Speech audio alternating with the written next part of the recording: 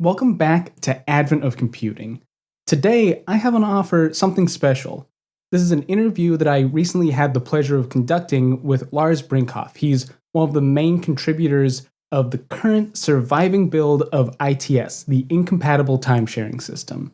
In this interview, we're going to be talking a little bit about ITS, a little bit about software preservation, and in general, a lot about why it matters that the software is preserved. So without further ado, let's hop right into the interview.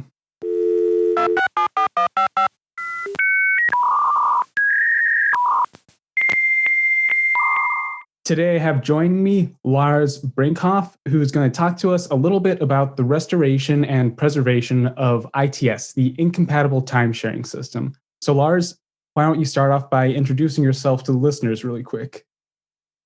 Okay, well, I'm just a regular programmer in my day job, and for some reason I become very interested in ITS, and I have been trying to restore it back to its former glory the past few years.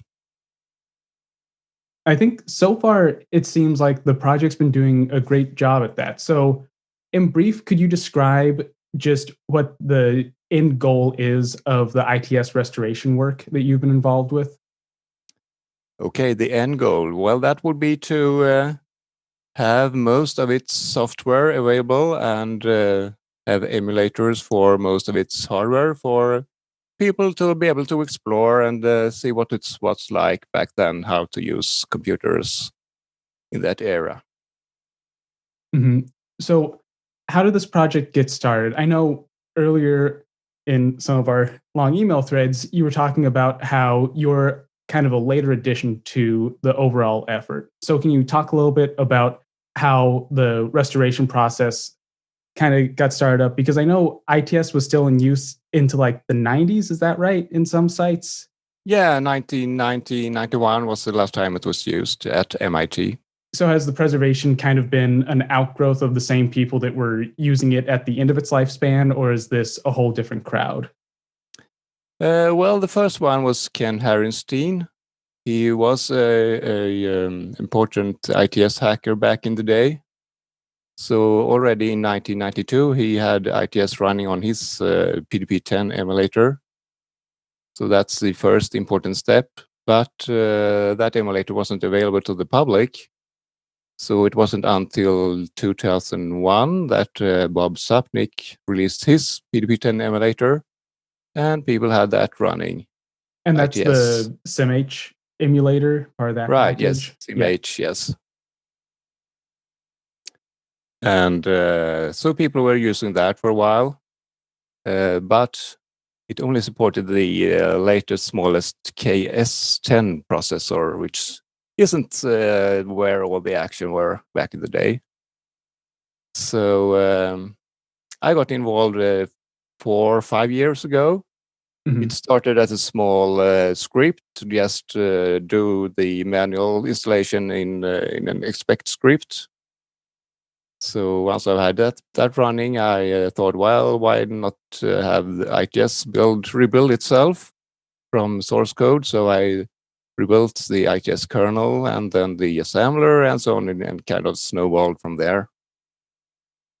I think a lot of projects usually snowball up pretty quickly. One of Right. so Lars's code, and I guess it's a community project. So the overall project, Very much right, so. is all available on GitHub, and I was actually running it a few days ago on my own system, and it's really cool to see it build. The entire system you can just run, make, and once everything's configured, it just builds ITS in emulation in front of you, which I think even just watching it fly by, even though I don't know what every command's doing, it's really cool to see that happening on, well, really close to modern hardware. Um, how much work had to be done with modifying the emulator? Because one of the things that makes ITS a little different is it didn't run on stock PDP-10 hardware. It had custom stuff. Right. I'm thinking about like the paging system. So, did you have to work with the people who maintain the emulation to modify that to work better with ITS? Well, yes and no. Harry Steen and Sapnik, they both had the special ITS pager or the KS10 processor. So that was all working when I got into the picture. However, an important step was when I heard about Rich, what's his name again? Cornwell. Mm-hmm. He had started making a KA emulator, which is really where ITS was running most of its time. So I got in touch with him, and we cooperated over several months to add the ITS hardware to his emulator, and we finally had it running. So that's been the kind of the main action since then. Very good. Another thing that I know I'm curious about, and our listeners might also be curious about, is what kind of work you've had to do to preserve the software. Because once again, going back to what we've been saying, ITS was running into the 90s. So conceivably, the software and source code's just been around, and there's the whole culture of sharing software within ITS. Was it just a matter of tracking down the people that have the right hard drives, or did you have to transfer from printouts or any weird medium that you normally wouldn't be putting into a computer these days? Well, it's kind of all of the above. When I started out, there was the kind of semi-secret 1990 snapshot of the system before it was shut down, and because that has lots of personal, private files, it wasn't public. But the in-crowd kind of shared it between themselves, and I got a copy, so I was able to lift the source codes from there. And as things went on, I got in touch with former Maxima developer Erik Svensson, and we kind of bugged MIT about this until they kind of relented and let us be formal researchers. So we have access to the full archive of PDP backup tapes now. Yeah, I feel but it's like still a painful process to get files out because they have to be approved by MIT, and then they send the files to the original authors, and then we ask them for permission to include it on GitHub. I guess I've never thought about. I've worked with archives too, and it can be a little bit of a process to get files and data and get it released. I guess I never thought about that being an issue for source code, but that makes sense. It is just archival data. Yeah, sure. And I kind of see their point. There's a lot of private files in there, exactly. And can't just release them to anyone who asks for them. So, do you think that the overall state of preservation for the code in ITS is pretty good then, if it's just a matter of getting stuff released now? Is there any big glaring hole that's still lost that you can't track down? Well, the one thing that I think is truly lost, and which is a large regret for me, is the original PDP-6 version of ITS. Oh, yeah. I would very much like to see that run, but I don't think it will happen. So do you think that since the PDP-6 was still in operation for a while once the AI lab upgraded to the 10, right? So Right. do you think it was just a matter of they overwrote those disks and were like, we don't need this code anymore, this is obsolete? I think the files were stored on the old deck tape format. Oh, okay. And they kind of got lost or discarded over time. And all the new code for the PDP-10 was stored on the new fancy disks, and I didn't care to save the old PDP-6 stuff, I guess. That makes sense. It's the kind of ephemera that's in the moment not necessary. Right. That is a shame, though, that it's lost, because that would be interesting since so I know the PDP-6 source for ITS was written in machine code. Is that correct? Yeah, all versions are. Okay. All right. So it is all the same code. Yes. Another question I had was with the build chain for building ITS, that all runs in emulation, right? Right. So in general, you're using all the same tools to compile ITS that would have been in use in the era. Yeah, sure, absolutely. And that's kind of the goal, to have it built as it would have been built back in the day. So here's the kicker then. How did you get interested in working with ITS this intimately, did you have experience prior to 5 years ago when you started working with this project? Well, did play around a little bit with it back in 2001 when it became possible to run the emulator for yourself. So I just played around with it a little bit, and I wrote a disassembler for the ITS between 10 code, and well, I didn't do that much. So it wasn't just until 4 years ago I started doing it for Rails. And so, what made you make the step up into getting more involved with the project? Was that just you got to a certain point where you have some free time and can invest in it, or was there some kind of new interest that sparked that? Well, I think it's been back at the back of my mind for a long time. I read Guy Steele's book, The Hacker's Dictionary, Mhm. the hard copy version of the jargon file. I have a copy right over here that is very Oh, dog-eared nice. myself. Right. So I read that when I was a kid, and I think it kind of made an impression, a strong impression on the young me. Mhm. So when I started working more seriously back in 2016, I think it's kind of popped up, and I just did more and more, and step by step, and it's grew into the project we have today. All right, very good. Was it hard to get adapted to the machine code, or I guess primarily are a lot of the utilities written in Lisp and ITS, or is it mainly machine? Some, mostly machine code.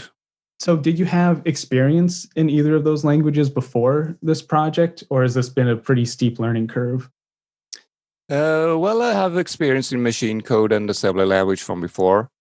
Since I grew up in the 80s, I had a home computer and a Atari ST with a 68,000 processor, and kind of the name of the game was assembly programming already back then. So I kind of it wasn't that large of a step to do PDP-10 assembly language processing. Programming. That's fine. Is so I've used a little bit of PDP-11 assembly. I know that's kind of a different thing. Is PDP assembly anywhere close to working with a 6800, or is it its own beast entirely? Well, it is a bit different in many details, but overall, I kind of think most processors from this era, they're similar enough. It doesn't bother me, and I kind of think it's not that different from my day job. Actually, I do a lot of low level programming in my day jobs, and I'm kind of used to jumping into projects and quickly learn their tools. And Mhm. actually, I think ITS it's kind of like basically like today, but simpler because all the hardware and the software were a lot simpler back then. Mhm. That's a good point. I also work in IT in case no one can tell. And I know I wish that I could do more low level work in my job. I write a lot of JavaScript, which not the biggest fan, but that's a different story. Pays the bill, Um, right? huh? It pays the bill, right? I guess. Uh, I have a lot of gripes with JavaScript, but I won't get into that. Um, let's see, just checking my notes really quick. So you're talking about how it was kind of an easy transition to get into working on this ITS project. Were there any big roadblocks you ran into that you didn't expect? You mentioned getting files released and approved from the MIT archive, but were there any, Sorry. that's fine. Were there any technical issues you ran into that really slowed work? Well, not that much actually. Quite the opposite, really, because people were saying, "Oh, this old KA10 code, it probably won't run," and the earlier efforts that used the KS processor, everyone advised to go with the KS. That's the latest code. Mhm. The old KA probably doesn't work. But me and Rich Cornwell, we tried it, and well, actually, it did work. It That's worked very well. that's really cool. I guess that's a testament to just the code quality, right? If it Yeah. was just in state and the emulation tools also. you can really tell that these programmers, they were really careful and they care about backward compatibility, and they did a good job. So what's been the most rewarding part of working with ITS besides just seeing it up and running? Have there been any programs or anything you've been able to restore on the system that you got running? You're just like, yes, this is a really big step. Yeah, there has been a few highlights. ITS ran a couple of really important programs back in the day, and like Maxima, MacList, MacHack. There's a lot of Mac, as you can tell, Yeah. from Project Mac, of course. So maybe the one of the versions of MacHack 6, the chess program, that's kind of been a legend among chess programmers, and people have been searching for the source code, and well, we finally found it, and we did make it run in the original environment. That's pretty cool. Other question, this might be a little left field, about Emacs on ITS and with emulation and everything. I know I run a lot of weird emulation stuff in my free time for the show and just for understanding older projects. And one of the issues I always run into is keyboard layout. Um, I play a lot of games on the Plato system, which they have emulated out in the cloud, and that had a very customized keyboard. And I always fat finger everything. And I know Emacs has kind of weird key bindings that, from what I understand, made more sense on the keyboards that were in use at the time. Is that correct? I don't think it's that big a difference from the keyboards of today, so I don't think that it matters that much. As everyone should know, it uses a lot of control and meta codes, and control A is still control A today, so not that big a difference. All right. Then another thing that comes to mind is ITS was used in the AI lab. And right.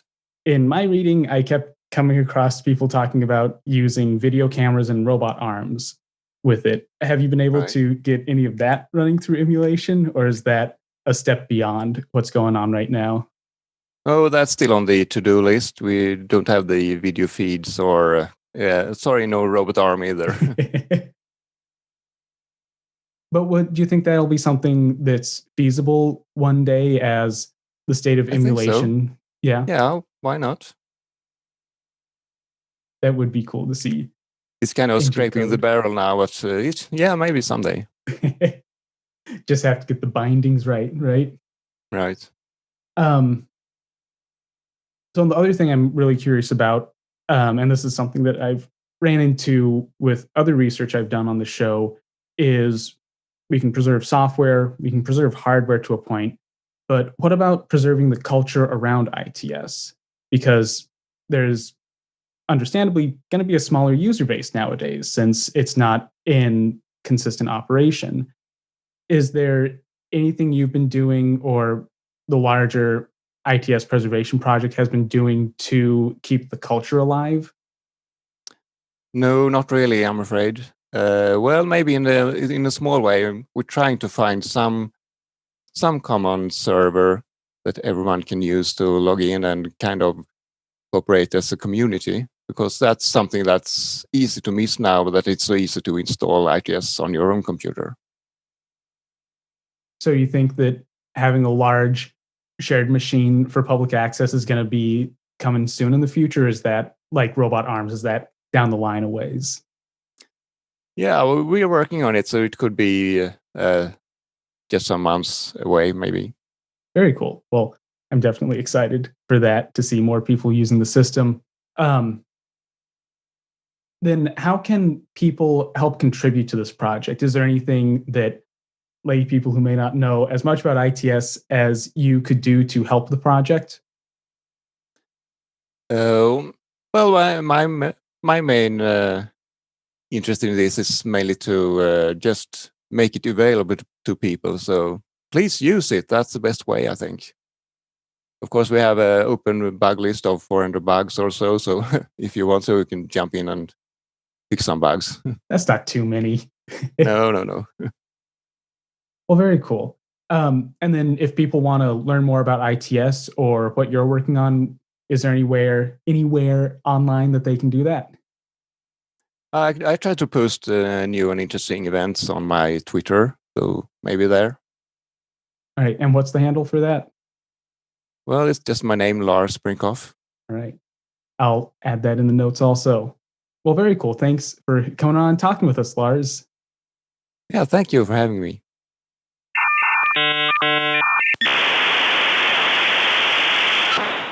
Thanks for listening to this very special episode of Advent of Computing.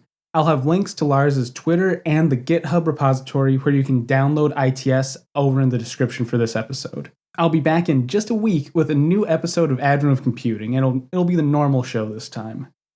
And hey, if you like the show, there are now a few ways you can support it. If you know someone else who's interested in the history of computing, then take a minute to share the show with them. You can also rate and review on Apple Podcasts and really anywhere you can listen to podcasts nowadays. And if you want to be a super fan, then you can support the show directly through Advent of Computing merch or signing up as a patron on Patreon. Patrons get early access to episodes, polls for the direction of the show, and assorted bonus content. You can find links to everything on my website, adventofcomputing.com. If you have any comments or suggestions for a future episode, then go ahead and shoot me a tweet. I'm at adventofcomp on Twitter. And as always, have a great rest of your day.